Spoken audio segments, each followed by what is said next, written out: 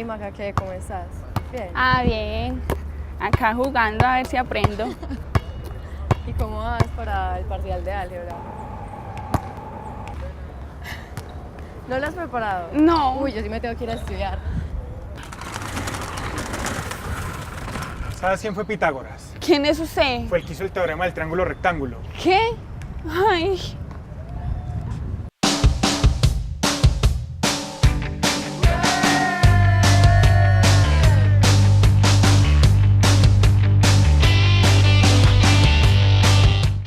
Miremos un poco de su historia. Fue un filósofo griego y luchador por las matemáticas, considerado el primer matemático puro. Uno de los aportes más importantes que realizó fue su teorema para los triángulos rectángulos.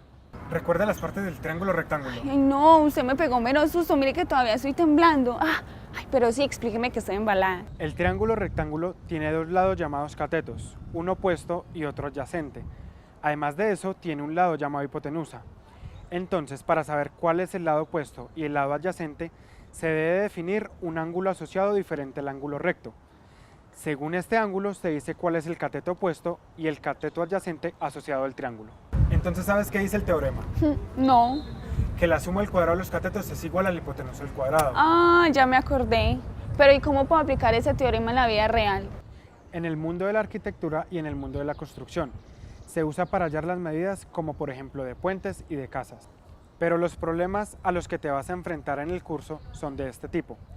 En este caso, por ejemplo, vemos que lo que se forma entre la escalera, la altura de la pared y la distancia entre la pared y la escalera es un triángulo rectángulo donde conocemos la medida de dos de sus lados.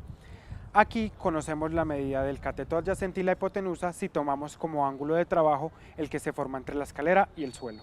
Ahora, si vemos el teorema de Pitágoras como una ecuación, conocemos dos de las tres incógnitas.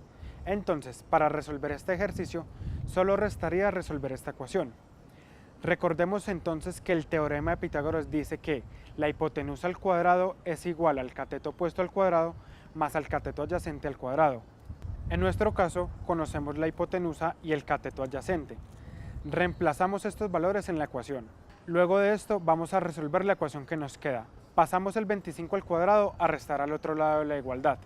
Después vamos a sacar raíz a ambos lados de la ecuación para despejar completamente el cateto opuesto. Y luego de esto hallamos el valor numérico del cateto opuesto. Con esto nos damos cuenta que la altura a la que se encuentra apoyada la parte superior de la escalera desde el suelo es de 60 decímetros.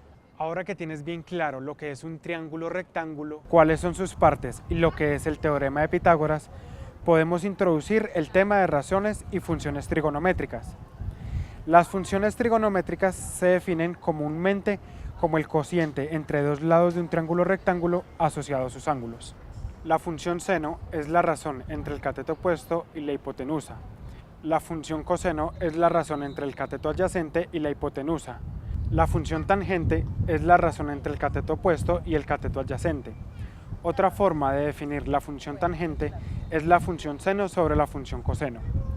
La función cosecante es la razón inversa de la función seno, es decir, la razón entre la hipotenusa y el cateto opuesto.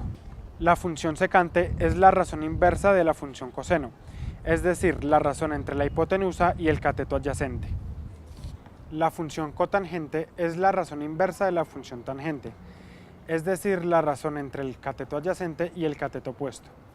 Las funciones trigonométricas se establecen con el fin de extender la definición de las razones trigonométricas a todos los números reales y complejos.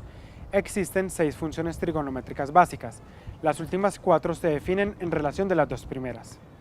Ay, no, pare. Mejor bailemos. Vale, está bien. Pero ojo, pues pierde el parcial. Le voy a dejar unos ejercicios para que practique. Hágale, nosotros lo hacemos.